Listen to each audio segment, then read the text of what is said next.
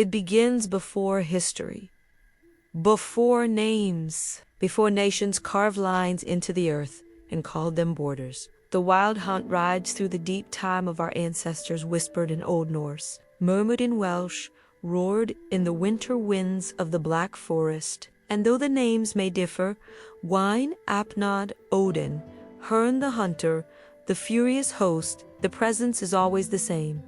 Shadowed, elemental, unstoppable, the wild hunt is a procession of spirits, hunters and hounds, riders of the storm, ancestral dead and otherworldly beings who surge through the night sky during liminal times. Especially Samhain. It is not a myth to be studied, but an experience to be felt. The stories speak of thunderous hooves, of flaming eyes in the dark, of spectral horses foaming with fire. The hunt does not ask for permission. It tears open the veil. It demands transformation. In some tellings, it's a warning. If you hear the hunt, hide. If you see them, run. If you're caught in their path, you may be taken, body or soul. In others, it is a blessing. Those who walk between worlds may be swept up and shown what lies beyond visions, revelations, awakenings, and then returned, changed forever. This duality is the heart of Samhain itself, death and rebirth, terror and ecstasy, ending and beginning. The hunt reflects our deepest fears of losing control, of becoming wild, of dying, but it also reflects a truth we try to forget, that we are not separate from the wild. We are a part of it. And when the hunt rides, it invites us to remember. Every culture that speaks of the hunt does so with awe. It is not just folklore. It is initiation. Imagine a child in a village centuries ago, hearing the wind howl across the fields on a Samhain night. The fire flickers, doggy whines. Somewhere outside, something passes overhead. The elders say nothing. They just add another log to the fire and stare into the flames. That child will remember the silence more than any story. Because the hunt is not just told, it is felt. Now, in this ritual, you're not that child anymore. You're the elder, the firekeeper, the storyteller. You are the one who knows, the one who remembers, or who is ready to. So as we walk deeper into this night, understand the wild hunt is not something you summon. It's something that awakens when you do. Listen closely. They're not far now. Samhain is not a holiday. It is not decoration, costume, or calendar date. Samhain is a threshold, sacred, potent, ancient. It is the pause between the exhale of death and the inhale of rebirth. A door, a silence, a hinge upon which the year and the soul turns. This is the witch's new year, not because we seek endings, but because we know where to find beginnings. Buried in the dark, at Samhain, the sun's strength weakens, the harvest has been gathered. The fields lie bare. Nature sleeps, but she does not forget. She dreams. She roots. She remembers. And so must we. The veil between the worlds isn't a poetic idea. It's a lived reality for those who choose to notice. On Samhain, the spirits come closer. The ancestors step forward. Dreams carry messages. The world becomes transparent. And if you know how to look not just with your eyes, but with your spirit, you can see through. This is why fires are lit, not just for warmth, but as beacons for the wandering dead. This is why food is left on thresholds, not just for tradition, but as offerings to those who once walked beside us. And this is why silence is part of the ritual, because what you seek isn't always spoken. It's felt, heard between heartbeats, caught in the flicker of candlelight. Samhain is a time of release, not only of grief or memory, but of old identities. Masks were worn not just to ward off spirits, but to confuse the ones within us. The fears, the patterns, the names we've outgrown. Samhain asks, what are you clinging to that must now die? What part of you is ready to return to the soil? so something wilder, freer, wiser can take root. This is not passive mourning. It is sacred composting, witches, priestesses, seekers. We know that death is not the end. It is the great revealer. It strips away illusion and leaves only essence. Samhain does not ask us to fear the dark. It asks us to walk into it with open eyes, open heart, open hands. And that's what makes this night so powerful. It's not a festival for the dead. It's a reunion, a reconnection, a remembering. You are the result of 1,000 dreams and choices made before your birth. And on this night, the ones who dreamed you into being are listening. What will you say? The wild hunt rides, the veil lifts. And you are no longer only living. You are becoming ancestral, mythic. Part of the spiral. The next step is not forward. It's inward. Now is the moment where stories become experience, where words give way to presence. The wild hunt is not just something to learn about, it is something you enter. To walk this path, to open yourself to it, is to leave behind the ordinary and step barefoot into the mythic. Crafting this ritual isn't about theatrics. It's about intention. Everything you do becomes spell when your presence is complete. The way you light the candle, the way you arrange the leaves, the way you breathe before you begin. Each movement calls the unseen into being. The ritual begins long before the first word is spoken. To enter the hunt is to declare your readiness to remember what has been forgotten, to feel what has been numbed, to rewild the soul. Begin by preparing your space with reverence. This is not just your room. It is your forest, your other world, your temple between the worlds. Dim the lights, open a window if you can. Let the cold night air touch your skin. Light a single candle, but don't rush. Watch how the flame flickers. Smell the smoke. Let it teach you how to be present. Lay objects that call to your spirit, antlers, stones, bones, herbs, written names of the dead. This is not decoration. This is memory made visible. Then, listen, not just for sound, but for presence. The wild hunt does not come when summoned like a servant. It comes when honored like a storm. Begin with breath. Deep, slow, rooted. You are not calling the hunt. You are tuning yourself to hear it.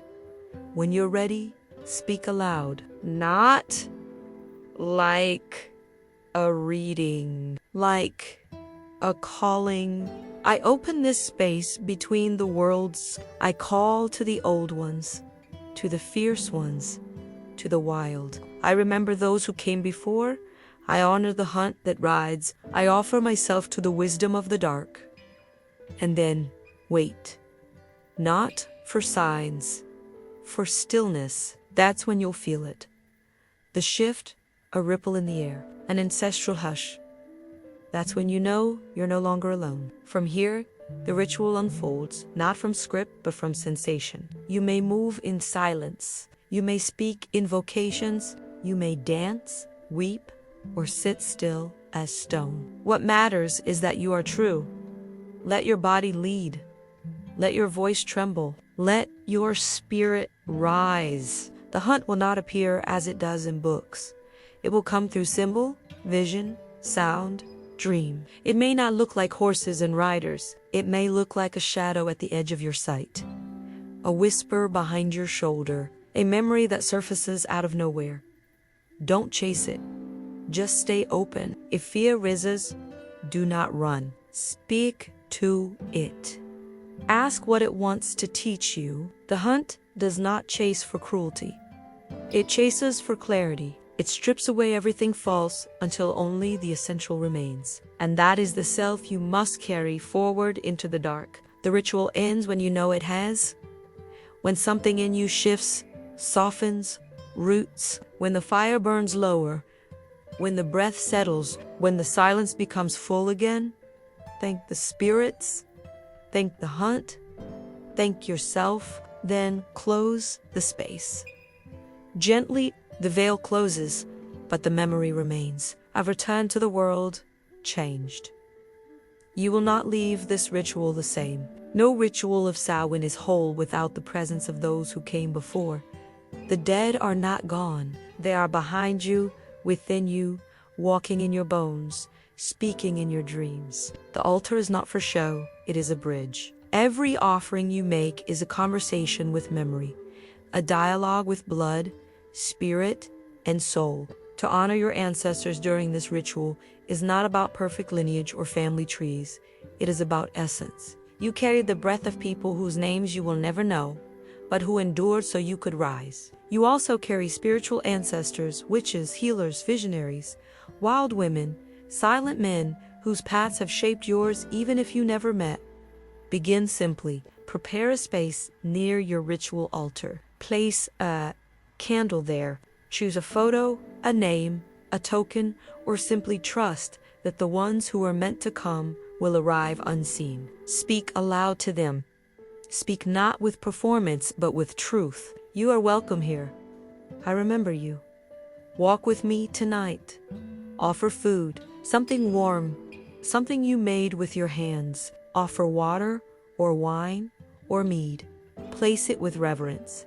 This is not superstition. It is reciprocity. In honoring them, you honor your own becoming. In feeding them, you acknowledge that you are fed by their stories, their choices, their magic. Then listen, they will speak.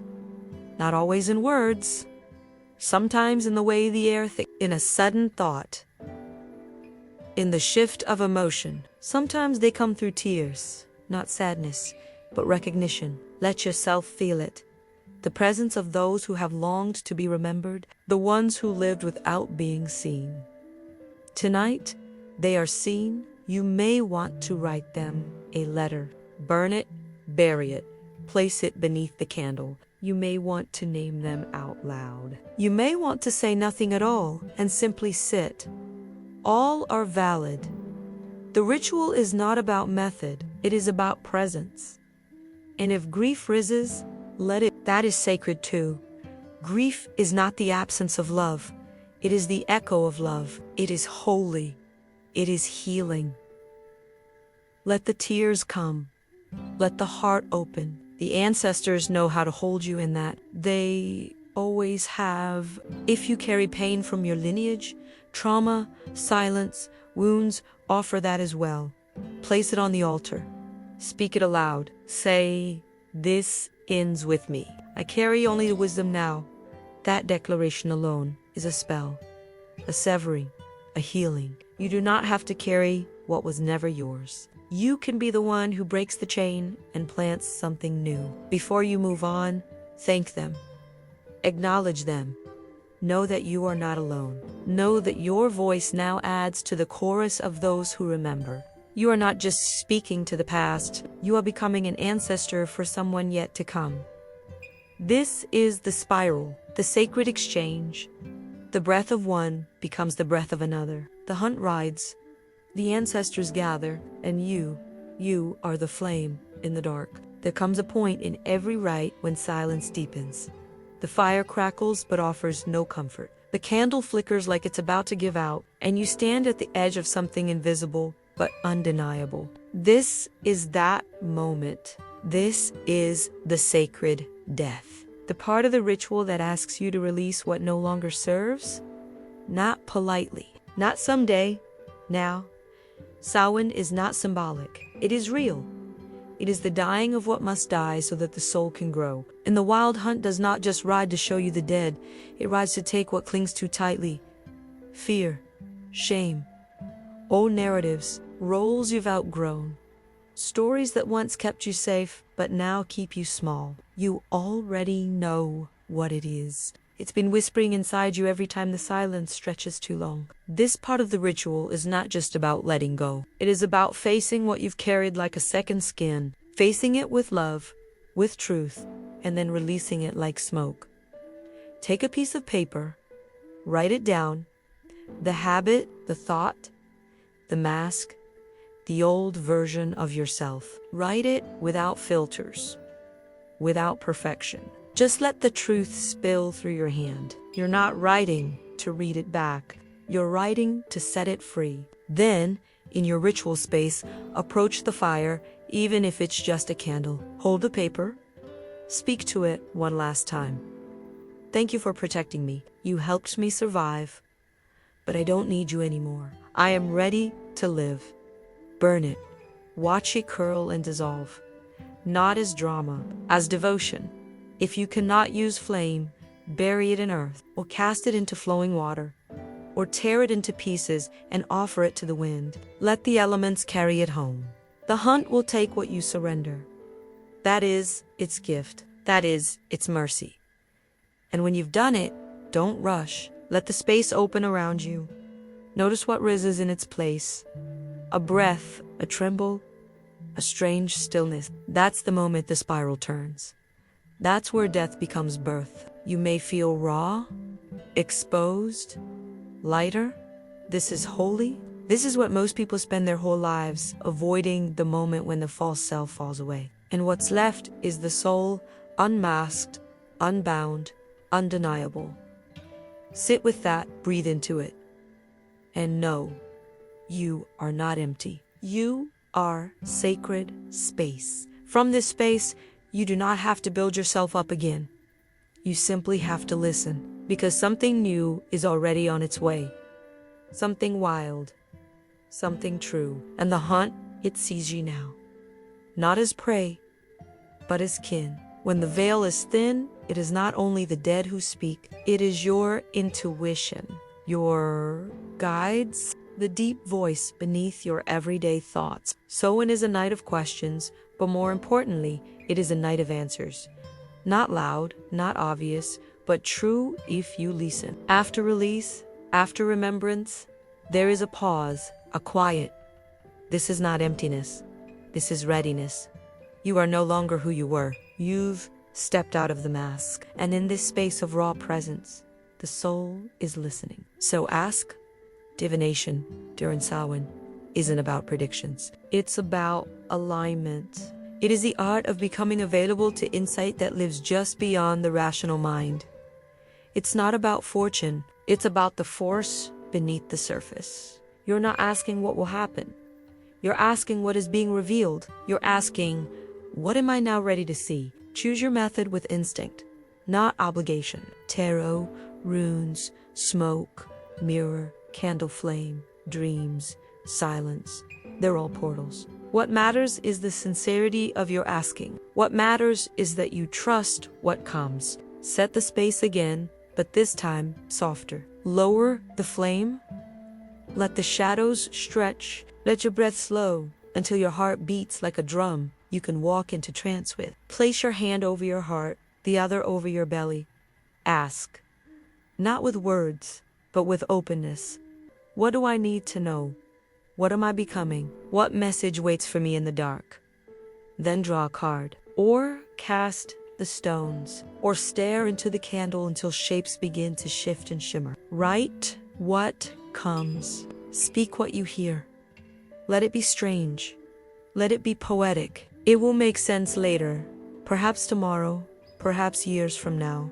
Trust that it's yours. If nothing comes, let that be your message. The void is not absence, it is gestation. You may not be meant to know yet. You may be meant to trust. Even that is insight. And sometimes, the message comes through the ordinary. A line from a song, a scent from nowhere, a shiver at the name of a certain animal. These are signs. The language of the hunt is not English or Latin. It's wind, fire, feeling. You already know it. You've just forgotten how to speak it aloud. Whatever comes, honor it, write it down. Speak it into the dark. Say thank you. Say yes. Say more. This is not a transaction. It is a relationship. You are not extracting knowledge. You are entering conversation with the mystery. And when the message arrives, it shifts something. You'll feel it. Like a click, a tear, a pull in your chest. That is the moment the spiral opens again. A new direction, a new way forward. Do not rush to act. Let it settle like seeds into soil. The hunt has delivered. Now you must tend. The ritual is not over when the candle burns out. It is not over when the altar is cleared. It is not even over when the veil begins to thicken again. The ritual is over when your life begins to shift. When the insight you received starts weaving itself into the way you speak, move, choose, walk through the world. This is the part that most forget, but the priestess remembers. The witch remembers. You do not just visit the wild hunt, you return from it, and you return changed. Integration is the sacred art of honoring what you've encountered. After the fire cools and the circle dissolves, you must ask, what did I become tonight? What part of me rose from the ashes? What will I carry forward? Sit with that question before you begin to dismantle the space. Blow out the candle, but first speak into the flame. I have walked the dark. I have remembered. I have released. I have received. I return with my light intact. Then begin to gently close the veil. Speak aloud, not just to the spirits, but to yourself. Thank you to those who walked with me, ancestors, hunt, guides of shadow and flame. Your messages are received. I close this space between the worlds with reverence and with love. Extinguish the flame. Let the smoke rise. That is the breath of what was. That is the spirit's exhale. Watch it go. Cleanse yourself with water, with breath, with salt. Not to wash away the power, but to ground it, to call it into your cells. You do not leave this behind. You carry it into every moment that follows. You become the continuation of the rite. Eat something simple. Touch the earth. Write a word, just one, that captures what the hunt gave you. Place that word where you'll see it tomorrow, not as memory, but as commitment. You may find that dreams shift, that the world looks subtly different, that your voice feels deeper, clearer, truer. This is not your imagination.